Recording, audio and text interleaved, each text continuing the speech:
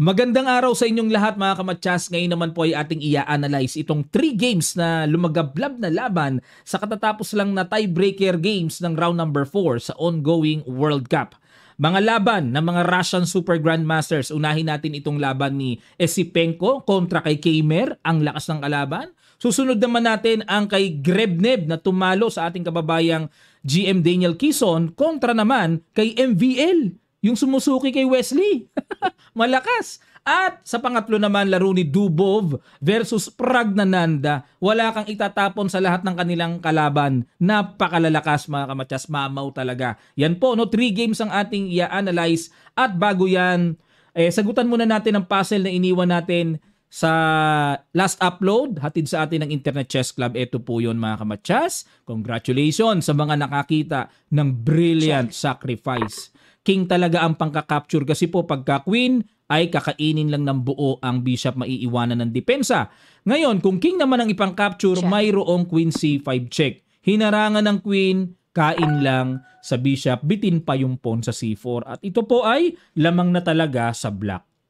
Okay? Yan ang solution. Congrats sa mga nakakita at maraming salamat po sa mga nag-effort. At ito naman ang iiwan nating puzzle for today's video. Aba, napakalakas ng diagonal pero wag ka may pass po na nanggugulo ang black. Ano kaya dito ang magandang birada na gagawin ng white para maipanalo? Lapag nyo lang ang inyong mga kasagutan sa comment section below. Ang link po ng puzzle na ito, nakapin lang. Pag kinilik nyo, dediretso na kayo sa site ng Internet Chess Club. Okay po mga kamatsas, ayan, sagutan nyo lang yan. At bago tayo tuluyang magsimula, mabanggit ko lang po mamaya ng gabi ang Kamatyas Friday night at 7 PM. Habol na po kayo sa ating registration nang ma-enjoy nyo. Naka-livestream na tayo mamaya, no?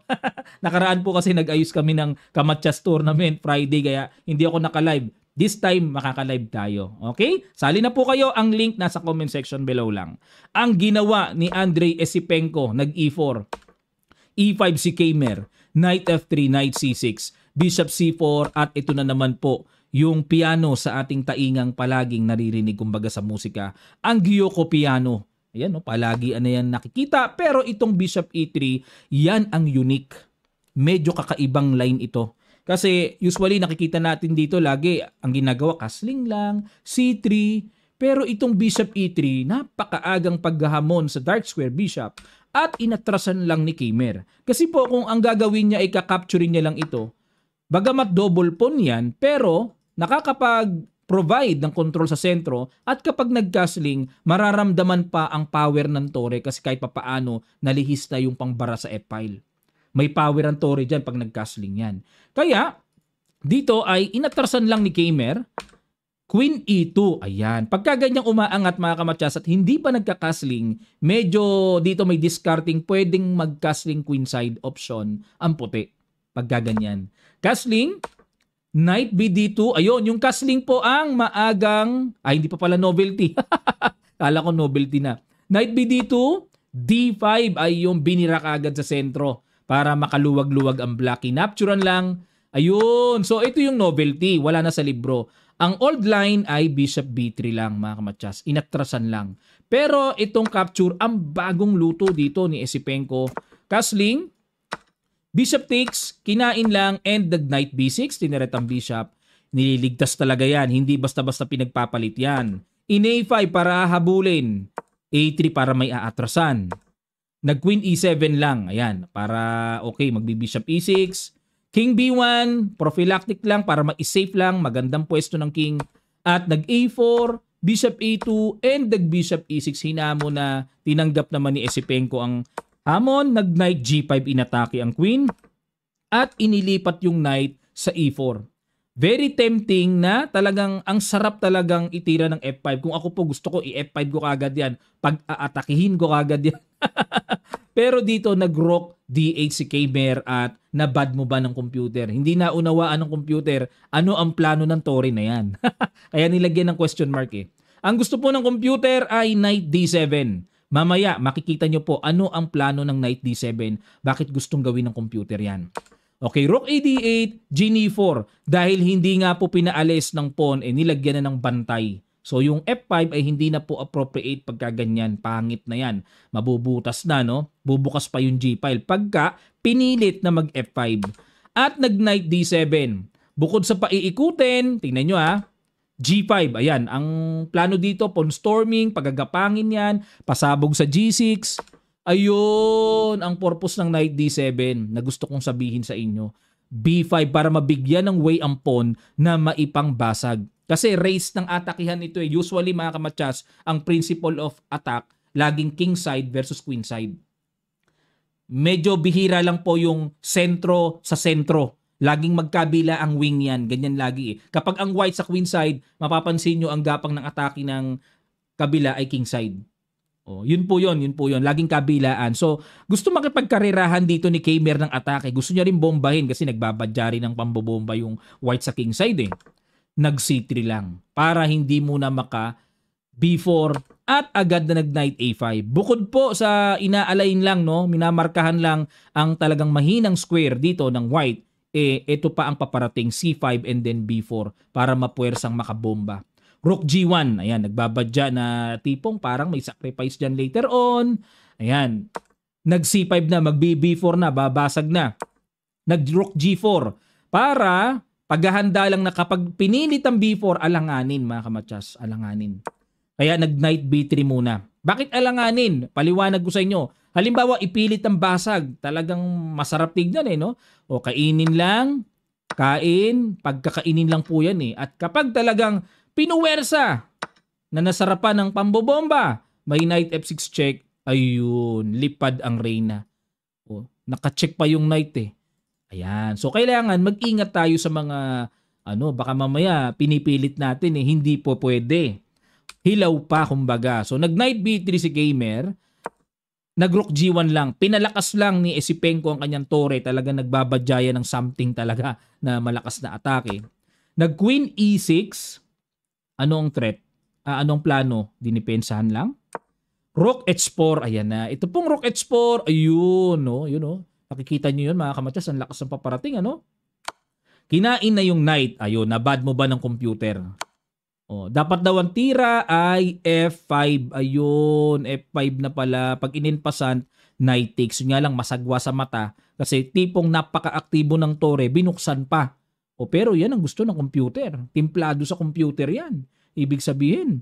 Kasi kinapture medyo maaga, Kinain, Rook E8, balik uli Queen E2. Yun pa rin ang plano, to form an attack. Importante po kasi mga kamatsas, kahit na silent move, nagpo-form pa rin tayo ng attack, pang-pressure sa kalaban. Kasi pag nape-pressure ang kalaban, kakain ng energy. At baka pag bumigay ang energy, mag-commit ng mali. Ganun po ang kagandahan ng umaatake. Nakaka-stress yan, nakakaubos ng energy yan Knight F8, maagang dinipensahan dito ni Kmer. Kumbaga, sige, pila ka pa dyan. May knight na, wala na, useless na. At yun nga lang po, napitasan ng isang pawn sa C5. Nag-queen D5, double attack. Nag-knight E4. Ayan. So dito naman, hindi naintindihan ng computer na bakit ka bumalik dyan? Bakit mo gustong ibigay yung pawn? Pwede ka namang mag-D4. Para mailigtas mo yung pawn, depensado pa yung knight. May threat ka pa sa pawn B5. Paliwanag ng computer Kasi pag kumain, kain lang medyo may under pressure nga lang dito sa pawn E3. Pero yung pawn kasi, ayan ang lakas Klarong one pawn up Sayang. Balik tayo mga kamatsas. Pero ang ginawa dito ni Esipenko, nag-knight E4. Binawian tuloy ng isang pawn na bawi, kain-kain at nag-rook H3, depensa muna. Rook D8 and nag-king C2 para wala ng mga pasok-pasok. Nag-rook D5. Rook F3. Ayun naman ang pagpipilahan. Knight E6. Rook GF1. Depensa lang syempre at nag-H4. Ayan, tuloy pa rin sa plano na naudlot. Ayan, tuloy-tuloy, mag-G6. Knight C5. Ayun, gusto dito ni Kmer tanggalin na yung strong knight na yan. Kinain lang kain. So ito po ay rook and pawn. Ending na. Nag-E4. Ayan, para hindi na, kasi may tulak May tulak, may tempo ng atake doon mamaya. So inunahan na ng space. Nag-rook C4, kinulit. Nag-rook E1, rook C6 at nag-rook E2. Kunat-kunat muna, nag-G6, kinain lang, kain. Ayan, kasi po kung tore ang pangka-capture, may rook F5. Mga ganon. Ayan, so lagi nyo po tatandaan bawat isang tira mahalaga ang logical explanation. Dapat walang tapon bawat isang tira. Yan ang chess. Pagka natutunan nyo yun, yung masinsin sa pag-analyze, bawat isang tira, ay nako, mahirap kayong talunin. Nag-rook h3. Ayun, papasok doon. At ano kaya ang plano ng rook b6 na ito? No, magbi-b4 ba? Hindi naman maka-b4. Dalawa bantay dyan. Malalim. Rook h8 check, king e7. Hindi pwede doon, syempre. Naku po, delikading mga matchas. Nag-rook f1, rook c6. Okay. Kumbaga parang waiting na lang si Kmer. Okay, ano bang gagawin mo? Parang may tanong siya dito kay KK Esipenko. No? Anong gagawin mo? Rook b8. Ayan na, may ginawa na nga. Pressure. Rook c5 depensa. Rook d2. Ayun.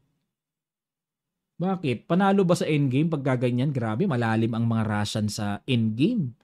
At alam nyo ba, sa subject ng school nila, bata pa lang kasama na chess. Grade 2, grade 3, lahat may chess yon hanggang sa... Naku, grabe. Ang chess sa Russia, ang sarap. Sana all. Sana sa Pilipinas may ganun din.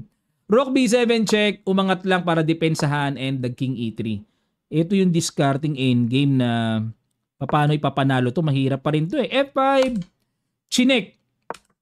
Ayun mga kamatsas. Ayun. Doon bumi si Kmer. Diyan bumi. Dapat daw ang tira king F7. Yun nga lang. Nagigets ko yung ano niya eh. Kasi parang tipong may kain dito eh. Na kapag kumain, may rook F6 check. Ayun oh. Tipong may ganyan eh. King G7, kain. Yun nga lang may ganun. O tapos gaganon. Tapos, rook c4. Ayun. Medyo mahirap kasing sikmuraing makuhanan lang ng isang pawn eh. Parang ang hirap eh, no? Ang hirap. Kaya gumanon, bakit? Pag kinain ito, check ba? Kinain nga. Binigyan ng ganong position. Yun nga lang, may extra pawn pa rin yan eh. Gumanon, angat. Ganon, atake. Pasok, pinabayaan nga lang eh. Ay, kasi may kain din sa e5. Rook c7, check, gumanon, check, gumanon. Ayun, grabe. Nag f3. Teka muna, pag nag rook f6 may rook f7 ah. Ay, grabe. Ayun lang, naging d4. Ito po yung naisip ko mga kamatsas. Ganon. Rook f6, mali ba pag rook f6? Aray ko! Mali naisip ko. Iniisip ko kasi, nga mali nga no. Iniisip ko kasi pag gaganon, may ganon. Blunderacious pala. Kakainin lang, kain-kain sabay ganon. Hindi pwede, hindi mahahabol. Oo, ang tira ng computer ito. Grabe hiwaga ng endgame. Ang tira ng computer, rook h2 kagad, awatin kagad para may pangbara. Oo, yan ang super winning, sabay ganon, sabay push. O kala ko kasi pag ganon, rook f7, king e6 lang eh. Pagka rook f8, king e7, yung tipong ganon na mapupwersang tore umalis tapos makakain yung pawn f3. Yun ang idea ko. Yung pala, hindi kaya, magki-king f8 lang. Bitin ang atake. O balik tayo. So dito nag-king d4 si Esipenko. Yan ang talagang ginawa. Bakit? Para habulin na pag ganon. Babalikan. F2, ayun. Dito naman po, na-miss ni Kmer ang halos panablang diskarte na rook f7. Diyan na pala. Tapos kapag nag-rook h1, king g6, pag nag-king e3, kakainin lang yung pawn tapos didikit eh. So e5 na dito. Aral lang tayo kaunti ng endgame mga kamatsas ha. King e3, king takes g5, rook g1 check, king f5, e6, tapos may rook e4, ayun, kain. Yan ang equal.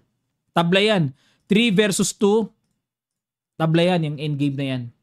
Mahirap talunin ng white ang dito, ang black pagkaganyan mga kamatsas. Correct play, tabla yan. Kahit na lamang pa ng isang pawn. Pero balik tayo. Ang ginawa kasi nag f2. Di nag rook h1, ganon. Ano pagkakaiba? Yun, para di makababa, Inagapan para di makababa. Kaso may e4, ganon. E6, naku po, may panggulo. Di makain yung G5 kasi di aabutan yung E7. Gumanon. Ha? Paano kung... kasi may King F7. Kaso may ganun na. Rook F8. Obligado bumaba po kasi may ganun eh. Hindi makaka-King F7, bitin ng tore. Kaya binabaan na ng tore. E7, gumanon. Ayun. Iwan na iwan yung queen side. Yung king, ang layo, nakabakod. Ang layo eh, oh. Check, oh, wala na. Oh, yan, oh, nakabakod eh. Ayun, sabay ganon, doon. Ubos, tawi, ubos. So, 2 connected pass pawns. Grabe, wala na. Ayun, pagtira ng B4, wala na po yan. Nag-resign na dito si Kmer. Kasi kung didikit dyan, kahit doon na lang eh. Basta importante na babakuran yung king. And then B5, king B4, A4, tore na lang ang titingin. Nag-iisa. Hindi makatulong yung king. So si Esipenko po, buhay pa dito sa World Cup. Diretso na siya sa round number 5. Mamaya, tingnan po natin yung kanilang bracket, mga kamatsas. Yung bracket pairing nila for round number 5, yung mga matches nila. Okay, sunod naman natin itong si Grebnev. Ang nakalaban si MBL, tiebreaker. Rapid tiebreaker games pa lang, nagkapisa ka na sila, nagkalaglaga na, nag-E4, C5, difference ng rating nila, grabe, ang layo, no? 2-6-11 sa 2-7-37. Knight F3, D6, D4, Open Sicilian, tinirahan ng Najdorf. Nako, kilala ko si MBL, malakas sa Najdorf yan. Bishop E2 lang ang ginawang variation, nag-E5. Knight B3, Bishop E7, Bishop E3, nag-Bishop E6 at nag-F4. Capture, Knight C6 at nag-Queen D2. Ayan. So itong linya na to, mga kamatyas, parang mahina yung D6. Pero mamaya i-D5 yan para mawala eh. Yan, D5 na nga. Kain. Ay, kala ko, sumobra ng kain. Castling queenside muna. Okay. Kinapture yung G2. Aba, talagang walang katakot-takot dito si MBL. Lakas ang loob ah. Hinain lang. Oh, di ba siya natakot sa atake niyan? Oo. Aka-pressure yan ah. Nag-Queen E4. Rook E1. Ayun ang novelty, mga kamatsas. Dahil ang old line dito na palagi ang ginagawa ay rook takes pawn. Pero dito nag-rook E1. Grabe, ang aggressive ng laban na to. Ito yung mga gusto kong panoorin eh. Queen B4, ayun, na bad move na si MBL. Dapat daw po ang tira ay rook to D8. Atakihin with tempo sa queen. Okay? Queen B4, rook takes G7 na. Queen takes, knight takes D2 at nag-bishop F6. Threat ang tore, rook G1, nag-castling sa queen side. Knight E4, atake sa knight. Bishop E7 at nag-knight G5. Okay? At kapag kinapture kasi itong knight na yan, capture, mapapasa kamay ng white ang bishop pair. Malakas po yun, mga kamatsas, pagka ganitong pa-endgame na may bishop pair. Tapos buhay na buhay ang bishop pair. Aray ko, ang lakas niyan. Kinapture ni MBL, another bad decision ang binigay dito ng computer, Stockfish. Dapat daw po ang tira ay rook to D4. Diyan lang pala tira, no? Takihin muna yung bishop. Pero kinapture na, capture, rook D5, Bishop F6, atake sa tore, umiwas at nag-Bishop D3 para i-target, atakihin naman yung pawn sa H7. Pero dito, mga kamatsas, ang tamang tira daw ay Bishop C3. Ayun. Kasi parang may nakikita nga akong pangulit ng knight dyan, mga ganong-ganong pangulit. Ano? Okay, balik tayo. Bishop D3. Knight B4, kinulit na nga, inatake. Bishop E4, Rook H5. So, dalawa ang hanging. Pawn sa H2 at pawn sa A2. Nag-C3 lang. Knight D5. Ayan, dito kasi, mga kamatsas, pag C3, pag kinain kasi yung pawn, magki-King B1. Na yung knight dito, ay nako, paano makakabalik yan? Yan ang tanong. Paano makakabalik? Mahirap mapabalik yan. Baka mamaya makuha yan. Diba? Makuha yan. May mga diskarte. Baka mamaya mahirap na. Walang atrasan eh. Balik tayo kaya, ginusto na lang dito ni MBL. Bumalik na lang sa knight D5, Bishop D4, and then Rook D8. Ayun, ang daming bad move dito daming bad moves ni MBL ah. Dapat daw po is knight C7. Ano't ano pa man, mahirap talagang kalaban ng Bishop pair, mga kamatsas. Naku, mahirap talaga. Kung kayo merong ganito, ay napakasarap dalhin. Lahat ba naman ng squares ay accessible eh, pagka Bishop pair, ganyan kasi ka-powerful ang Bishop pair. Nag-Rook G2. Okay, depensa muna. Rook H3. Anong plano dito? Rook F2. Ayun na, bad decision din. Bad move. Dapat daw tira ay A4. A4. Parang masarap ilagay sa A5. Ano? Para talagang magkaroon doon ng good square sa B6. Okay. Balik tayo sa Rook F2. Knight B4, ayun. Okay, sacrifice. Pag kinain kasi may rook takes bishop. Okay, may threat pa uli doon, binalikan. Nag-rook D1 na naman, talagang kahapon pa pinapakain. No? Kahapon pa. Umatras ulit. O kasi pagka kinain, alanganin, may ganun. Nag-bishop F6, hinamon na. Okay, tinanggap ni MBL, nag-H6. King D2, King C7, B3, King D6, and nag-King C2. Rook E3, threat sa bishop. Atras lang muna, check, King D2, check, gumanon. Naka-threat pa ang O Bishop G6 obligadong alisin. Bishop G7 tineret ang pawn sa H6. King E7. Bakit hindi in-H? Ay, teka muna. Bakit okay. Gets ko na. Kasi pagka Bishop G7, threat ang pawn mga kamatsas, may threat pa doon at the same time. Rook F6 check. Kakainin yung bishop. Hanging na pag nawala na yung bishop. Okay po. Kaya dito nag-King E7. Nakainan ang pawn doon. Oh, ba't binad mo ban? Kasi may kain din dito. May bawi eh. Ayun Dapat pala ang tira, Rook F6 muna. Pahinog muna. Tempuhan muna ng atake yung bishop. Ayun. O, halimbawa, umiwas ang tore. Lagay natin doon sa D8. Ay, may kain nga pala doon. O, iba na to. Iba na tong diskarte na to. Oo nga, opposite colored bishop. Pero syempre, potential connected pass pawns ang mangyayari dyan sa queen side. Ayun. Sayang yung tira na yun. Rook F6 pala, no? O, pero ang ginawa, bishop takes, inagad din. May bawi nga lang. Bishop G7, Rook F5, and then King E3. Time check tayo. 5 minutes pa dito si MBL. 1 minute and 20 seconds kay Grebnev. Nag-A5, H4, Rook B5, Bishop F6 check, King D6, Bishop F1, Rook C5, Bishop G5, Knight B4, Bishop C4, Knight D5 check. Binad mo ba na naman? Dapat daw po tira is B5. Gitgita ng laban, Kasi pag kumain doon, kain, may Knight X B2. Okay? Knight D5, King D4. B5, sinabayan, wala na. Talagang umulan na ng bad moves talaga kay MBL. Pag B5, ayun dito mga kamatsas, pakiguess nyo po ang brilliant shot na nakita dito ni Grebnev sa ilang sandali lang. Tutuloy kagad natin. Start.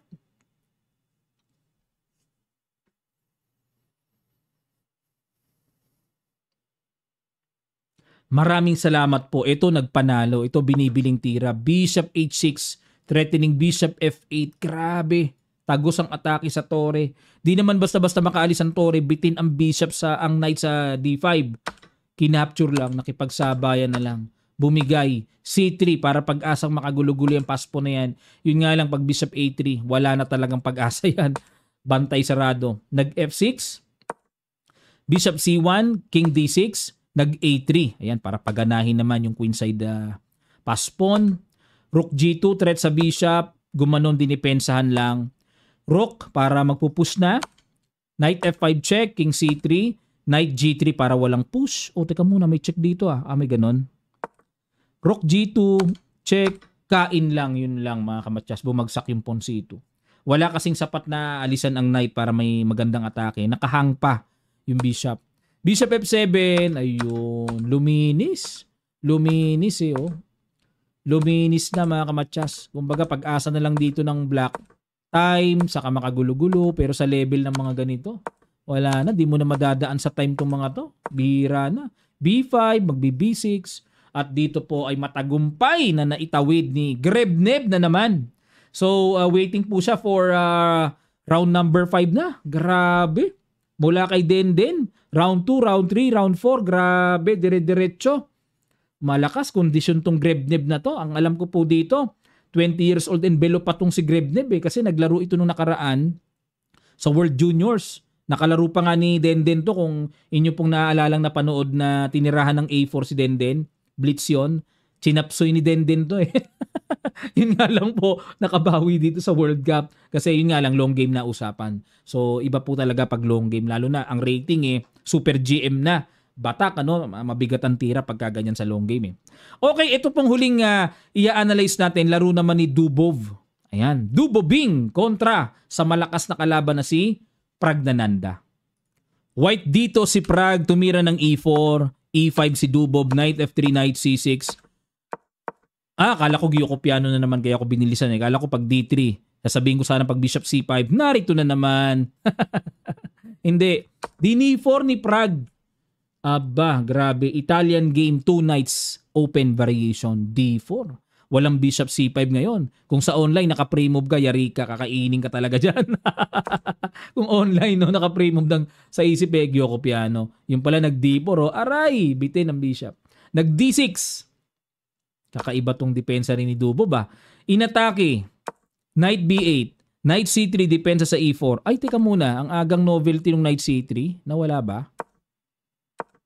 Wala pa. Kala ko novelty na kagad. Bishop E7, nag-A4. Ayaw mag-castling A5, ayun. Para hindi kumain ng space. Pinantayan lang ni Dubov. Pero ang tamang tira daw po ay, ano sa bookline? C6 and castling. O, tira ng computer. Okay, A5, Queen E2. Ayun, dito po novelty na talaga. H3 ang palagi ang ginagawa dito para pigilan yung Bishop G4. H3. Pero nag-Queen E2, novelty by Prague. C6, H3, Knight A6, castling at Rook D1. Dito po mga kamatsas, no, como nakabiti na ganyan, nagkatutukan, hindi basta-basta kinakapture yan. Kasi pag kinapture po, konting kaalaman lang, ibibigay ng white yung control sa D5 sa sentro. So, pabor to sa black. Kaya kung mapapansin nyo pag gaganyang may mga tutukan, hindi basta-basta nakakita ng kain, ikukunin gagad. Okay? O Rook D1 para palakasin ang sentro, Queen C7, Bishop G5, H6, kinain na yung knight, kain, and then Knight D2, saan pupunta yan? Usually pinapaikot yan na ganun eh. Knight C5, Bishop to A2 para hindi na matimingan mamaya ng B5 kasi may mga ganung bitaw eh. Bishop E7 para ang plano mag-F5 mamaya, babasag, Knight C4 na. Ayun. So yun din ang purpose ng Bishop A2 para yung Knight mailipat sa C4. Bishop D7, Rook B1. May chance na bubuksan yung B file. Nag-Rook D8, so si Dubov concentrate lang sa sentro. Nag-B4 na. Takes. Okay, para magka-pressure ang black sa B7. Yun nga lang po kahit papaano, weak din yung A4. Binalikan ni Dubov ngayon. Weak nga yan eh. Yan ang tatargetin eh. Knight B6, inatake, angat lang konti, kinain na yung bishop, kain. So, Queen F3, anong plano? Para pigilan muna yung F5. Rook A8, Queen F5, binarhan na yung F5 square. Wag lang maka-F5 mamaya ang black. Kasi malakas yun eh. Umayaw si Dubov. Ayaw niya ng queen to queen. Queen G4, King H7, H4, Bishop D8, H5. Queen E7, kinain, kain, at nag-Bishop B3. Para suportahan yung A4. Parang sumagwa yung... Parang naaalangan ako dito sa Torre talaga kasi parang matutusok mamaya eh. Alang nga, yun, tinusok na nga. Kasasabi ko lang, tinusok na. Rook C4, Rook D8. Ayan na naman, balik na naman si Dubov dyan para mag D5. Queen F3. Ayun, nasobrahan na po ng kakasayaw. Sabi ng computer, sayaw ka ng sayaw, nag F5, G4, ngayon F3 naman. Ano ba talaga? Prag. Prag na nanda. Ayun. H5. Nag-Knight E2. Lilipat doon, wag lang maka F5. Talagang ito yung binabantayan ni Prag dito eh. D5 na, yun lang po. Yan ang masakit. Yan ang masakit, yung sentro. Wala, buong buo eh. Rook G4, E4, Queen F5, and E3. Nang gulo na si Duboving. Kinapture, naku po. Eto na. Dapat daw tira dito ay F3 lang. Panatilihing sarado hanggat maaari. Si Dubov, grabe yung mga nakikita nito pagka sa mga bukas-bukas eh. Queen takes F2. Bishop B6. Ayan na nga po. Ayan na. Yan na nga ang forte dito ni Duboving. Nag-King H3 at dito mga kamatsas, ano po sa palagay nyo ang binitawang grabing kakaibang bitaw ni Dubov sa ilang sandali lang tutuloy kagad natin. Start.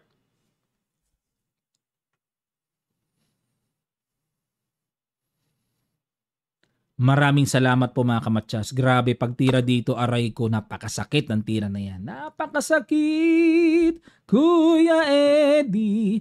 Knight D3, ayun, atake sa queen. Dalawa ang umaatake. Hinain ng bishop, ayun, sa pull, sa double B, dalawa. Double attack. Grabe yung tira na yun. Kinain na lang. Bumigay yung rook sa G4. Ayun po, lamang sa exchange ang kinauwian. Yun, namitas lang namitas. Harvest time, kung tawagin. C4. Oh, matibay pa rin naman ang bishop kahit papaano, pero wala na eh. Hirap na to. Ayun oh, namitas ang namitas. Ubus. Grabe yung mga pawns. Check muna, gumanon, and then F6 kasi may threatening matchas. Oh, yun. Pagaganahin na ngayon yung tore. Ito na yung time na kailangan paganahin na yung tore. Oh. Hamon queen to queen, ayaw. Rook E7, gumanon. Ayun. So pag king F1 dito po ay nag-resign na. Bakit? Meron kasing bitaw dito. Lost to, 0-0. Flag down yata eh. So dito po ay 0-0 nakalagay. So ibig sabihin, baka na flag down. Ito na rin kasi threat. Kain. Ito na rin ang threat eh. Ayun, bitin na rin. Talo na rin talaga. Grabe, si Dubob nakagulo last minute, ano? At ito na po ang kanilang bracket. Tingnan natin mga kamatsas, ang bracket nila. Ito na po yung mga maglalaban-laban sa round number 5. Grabing round number 5. Ito na po, round number 5. Alisin mo muna natin itong ano. O sa bagay, di naman nakakasagabal yung score blocker natin. Yung nakikita yung blue na dalawang yan, yung parihaba. Okay, so dito tayo ngayon. Round number 5.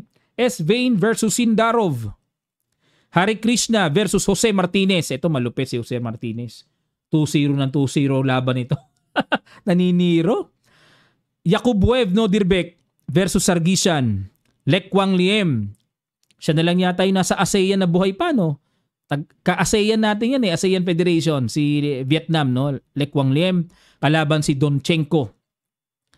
Danil Dubov. Shankland. Grabe si Shankland, no? Pinisak si Rapport. And Grebnev. Si Penko, naglaban ng parehong Russians. Mag-uusap na to.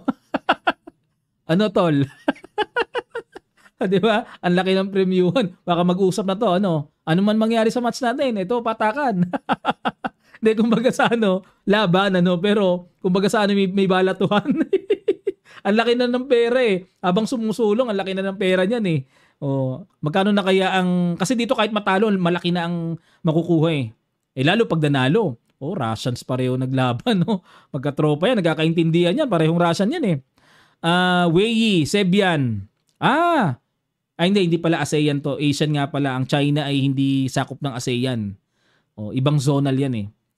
May ano pa rito, Chinese. Kalaban, taga-US Sebian. Aronian and Erigaisi. Ayan, konti na lang. Ilang matches na lang to? 1, 2, 3, 4, 5, 6, 7, 8. 8 pa. Sumunod dito, quarterfinals na. Kapag ka-4 na lang. Tapos after ng semifinals. Maraming salamat po mga kamatsas. Muli po, Kamatsas Friday night mamaya na at 7 p.m. Sali po kayo mga kamatsas, naka-live tayo. Fi-feature natin yung mga malulupites nating mga kababayan. At syempre may dumadayo na rin. Kumbaga mayroon na rin lumalarong mga taga-ibang bansa. Okay, salamat po. Magkita-kita pa tayo sa mga susunod pang chess updates.